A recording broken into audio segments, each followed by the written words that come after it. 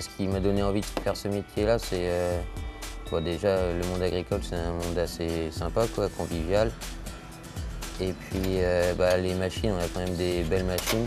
La technologie, elle évolue tout le temps. La diversité des machines, c'est pas un boulot qui est monotone en fait.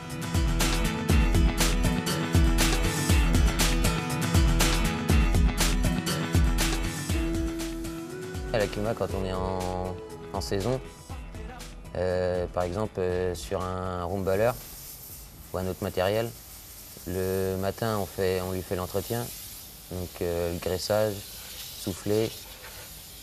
Pour le tracteur c'est pareil, on souffle, on vérifie les niveaux, on lave s'il n'est pas propre. C'est une image qu'on donne à la CUMA aussi, si on arrive avec du matériel qui est tout sale, les adhérents ils vont dire ah, il sait quoi cette CUMA là.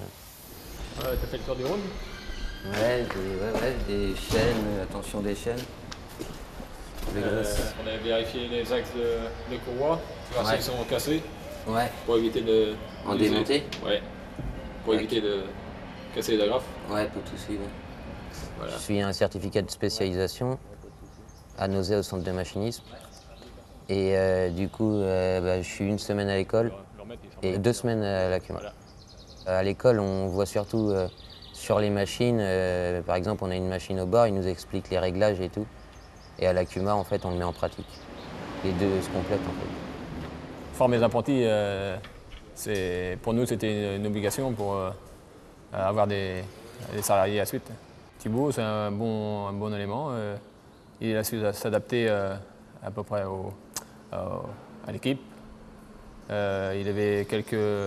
Il avait des connaissances en mécanique, pas mal de connaissances en mécanique. En conduite, beaucoup moins, comme il débutait. Mais il a su s'adapter au métier. On a un salarié qui va partir en retraite d'ici peu. Et puis, il va nous falloir un salarié en plus.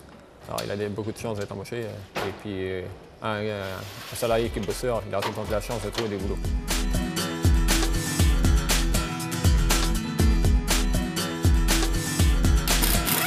L'hiver, on fait plus d'entretien. Ça fait appel, en agricole, il y a pas mal de matériel qui casse. Donc, on fait de la soudure, un peu de tout, quoi. L'entretien du matériel, ça peut aller de la vidange. Après, il va falloir qu'on fasse une soudure sur une remorque. Il va falloir qu'on change un pneu. Un roulement, ça peut être... Là, c'est pareil. Le matériel, soit il tient pas. Si c'est mal fait, le matériel, il ne va pas tenir.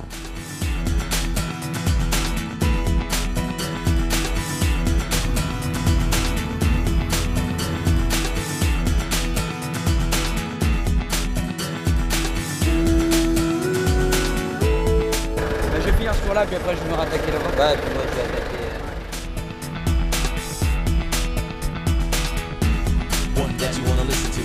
En tant qu'apprenti et tant que c'est super intéressant parce qu'on touche à tout le matériel à peu près, quoi. Là, je fais pas que du roomballer, je fais de l'épandeur, de la tonne à lisier, de la faucheuse, semis de maïs, semis de céréales. Donc c'est diversifié, on fait jamais la même chose. L'envie de bosser en agriculture, c'est venu que j'ai eu pas mal de stages. J'ai fait une troisième professionnelle, j'ai eu pas mal de stages.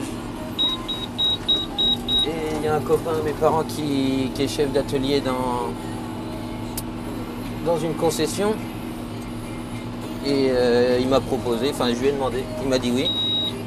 Ça m'a plu.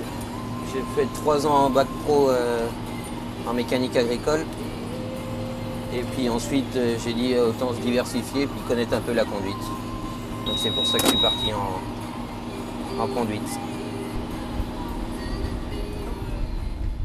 Quand je suis dans le tracteur, je vois pas les heures passer, on est concentré, on est content de voir qu'on fait du bon boulot. L'adhérent après, s'il vient nous voir et qu'il nous dit voilà, t'as fait combien de bottes, s'il nous fait aucun reproche, on est content de nous, quoi. Ici, entre collègues, il y a une super ambiance. Par exemple, s'il y en a un qui finit son chantier avant l'autre, on s'appelle. S'il lui reste 3 heures de boulot, on va l'aider et au lieu de finir à minuit, il finira 1 heure avant.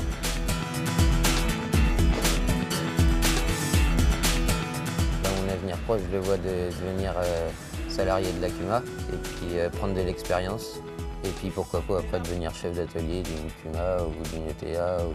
Il y a des offres d'emploi partout dans tout ce qui est dans le monde agricole. et c'est un beau métier.